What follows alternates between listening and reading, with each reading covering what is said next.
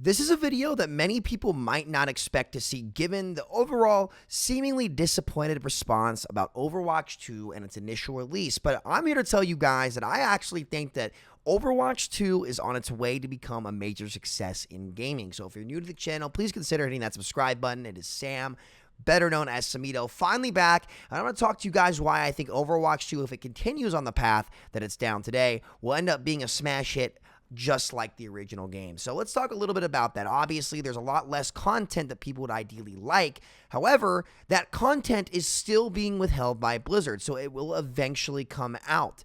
The big problem that Overwatch 1 had, most importantly above all, is that the gameplay got significantly worse due to very bad hero design as well as a very bad business model in an industry that rapidly changed. It seemed as though Overwatch was clinging on to the old Blizzard values from the Kaplan era and the Goodman era that did not allow the game to grow as it really needed to, as the game progressively went more and more away from the original core FPS game that we all loved. That was not a traditional FPS. It absolutely had other elements of MOBA games, and they balanced all of those things perfectly for the first 2 years of Overwatch. But Kaplan and Goodman's design model was that they wanted to make a very complicated game, and this is something that he answered when asked directly. I had the chance to ask him as well as many other people did. They wanted to make a very complicated game and make it easier over time. However, the definition of easy as per, Goodman's hero design era was heroes that really had a lot of AoE healing, that just did more objectively, that drastically changed the game away from the first-person shooter that it was, more and more towards the GOATS meta and the double shield metas, right? Where it just really didn't feel like a shooter game at its core anymore. It felt like ability watch. And that was not the game that everyone fell in love with. That was not the game that came to a very dry and boring shooter genre at the time to really spice things up and keep it fresh. As the years have gone on, you've really started to see the genre get way more competitive with games like Valorant, Fortnite, PUBG, Warzone. The list goes on and on and on. But now with Overwatch 2, and even with the game going back to 5v5, a lot of the ways that they've changed the game has taken it way back towards its original core gameplay. And the big problem with Overwatch was never the visuals. Its visuals are still beautiful, and even now they've received a very nice upgrade in Overwatch 2. It was never the cinematics. They were always fantastic. It was never the storytelling. It was always the best of the industry. It's just at its core, the game really just fell apart with a stale business model that was abandoned to go work on the sequel, which was Overwatch 2. But since Aaron Keller has gotten in charge of the IP and John Spector has really also stepped up to the board, and Goodman has now left the company as well, you're seeing Overwatch's helm change directions to the area and the expertise that a lot of people like myself, Siegel, you name it, pro players, streamers, we were very, very nervous that in 2018, and I'll play this clip of me right now saying, if you crunch the skill floor and the skill ceiling of your game, you're not going to have a game. I'm going to play that clip right now. Low skill floor, but a high skill ceiling, right? So these low skill floor heroes should not be more effective than the high skill heroes, the heroes that take a lot of time and effort to get good at, that you have to be very skilled at a shooter to be good at. You won't be able to kill her. So my main problem with the game and what I want to bring up is, why are all these low skill heroes, low skill floor heroes being so effective against all the high skill heroes out there? I, as a 4600 peak player, literally struggle and lose actually a decent amount of fights to a 1900 SR Bridget.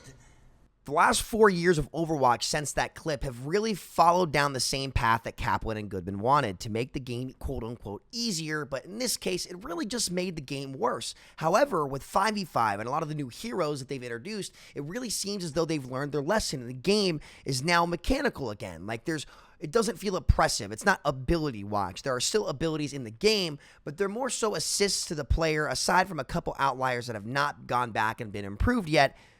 Overall, the way the game feels to play is now good again. And when it comes to gaming, that is the most important part of the game. Does the game feel good to play? Because ultimately, it doesn't matter how good your skins are. It doesn't matter how good the cinematics are. If at the end of the day, the game plays poorly, no one's going to want to play it. For example, I was watching this on stream earlier. If you guys remember Storm Rising in 2019, in the cinematic, they had Genji chop this car in half, and it looks super badass. However, if you went to go pick Genji in game, especially at high-level play where a lot of the streamers are that drive a lot of the common popular FPS games, if you picked Genji in prime GOATS meta, you were throwing the game.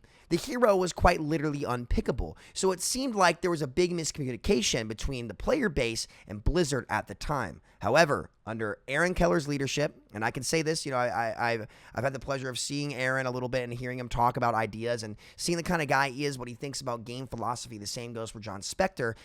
These guys actually have their heads on straight, and they're going to be taking Overwatch on the right direction. Now, while the Overwatch 2 initial release might not have everything everybody wanted, we have to remember this is now a live service game. This is a marathon, not a sprint. So when 2023 comes around and we're able to finally see a lot of the PvE withheld content, which I believe they said 2023, I could be incorrect, but the bottom line is there's going to be a date where finally everything can come full circle. They would have taken the game back towards its core.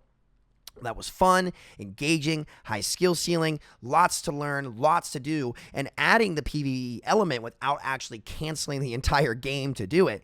And you're looking at an Overwatch that's finally been able to come full circle and reach its potential as an IP. And I really do think that we're getting there. For me personally, I already accepted the disappointment years ago, and that might be why I'm so okay with this now, because myself and many other streamers predicted the downfall of Overwatch 1 a long time ago because we saw the direction it was going down, and we're very forward looking. So as a forward looking player, someone who's played this game since season 1, someone who I would say is very honest and just brutally honest about pretty much anything that comes to Overwatch, even to a fault, to a point where it's definitely not been in my best interest as a streamer to call out Blizzard on the nonsense.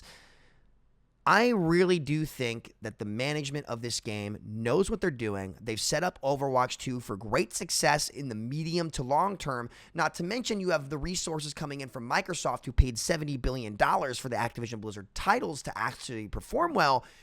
We're finally at a spot where the perfect storm is brewing, as well with low expectations generally too, for Overwatch at its core to take people by surprise in an FPS genre that to me feels very bland and saturated right now, aside from a couple titles like Valorant and Apex Legends. I personally think Warzone has fallen off a little bit.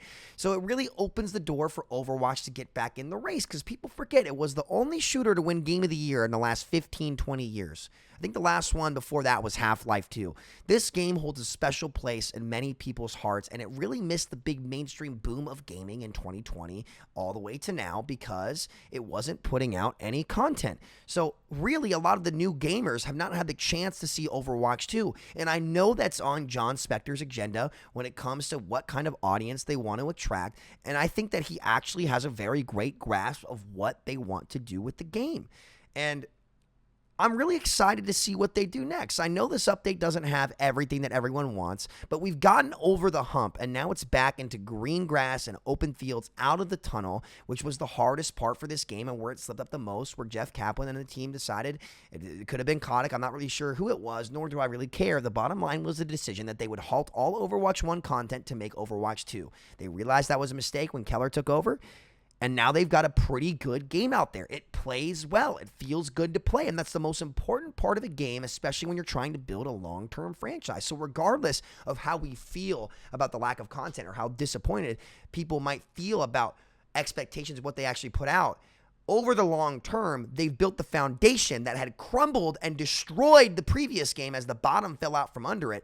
They've re-strengthened that foundation and put it up the right way so this game can succeed in the long term. And that's what I'm really excited about. So what does this actually mean for myself and Overwatch and for you guys? Well, one, I think they have a very fair battle pass system. I know a lot of people are upset about the heroes being behind play walls, and I agree, I think ideally that doesn't end up happening, but I think people are going to recognize that it's actually not as oppressive as you might think. They have the Fatui, which is going to open the door for first-time user experience for people to actually learn Overwatch at a reasonable rate, unlike what a lot of quote-unquote journalists who have thousands of hours in the game. And look, guys, trust me, I'm not one to shy away from, bashing Blizzard. Like I said, I really did so to a fault before where, a lot of my other streamer buddies kind of shut their mouths and kept on going. I was scared that we would kill the entire business, which we kind of did, and kept on talking about it. But now we're not at that point. They're doing a good job. They've opened the door to Overwatch for everyone to play. Fatui is going to attract a great amount of users, and the core game is good. The Battle Pass is more forgiving and gives you more than many other titles out there. and the game has its heartbeat again.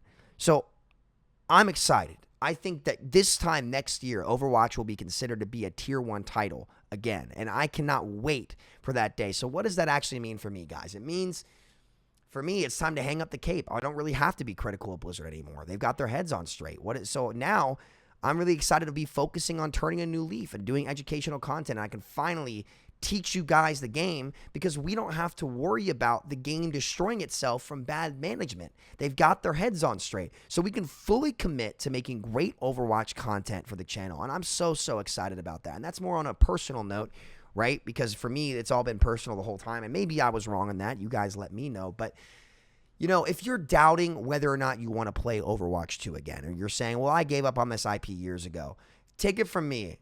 This game is worth playing. It's going to be worth playing in the long term. And while it might not be perfect yet, you're still going to have some, Goodman era heroes that will present themselves to be problematic until they get fundamentally changed, stick up, but they won't dominate the game. And I think that with the new hero design philosophy, they're probably going to try to hammer those sore thumbs and those, whatever the nails sticking out, whatever the saying is. I apologize. Usually I have these on point. They're going to try to knock them down pretty quick. And I'm really excited for that. So this is a marathon, not a sprint. This is the start of a marathon. You can't judge the race by the first mile when there's 22 left to go, right? And I think by the time we hit miles 6, 7, 8, 9, you're going to start to see the big difference in Overwatch's popularity and the quality of the actual games that they put out. And I'm very excited to see it. I think that AREN Keller has made all the right moves as a game director. I'm really excited to see where this game goes. And my verdict on Overwatch 2 is that this is the best state the game's ever been in since pre-Brigida. I think this game is better than it was in October of 2020 to play. The main concern I have, though, is I'm worried that it's going to be not worth dueling tanks at all. But at the same time, I feel like the way the game feels, the polish, everything is top notch.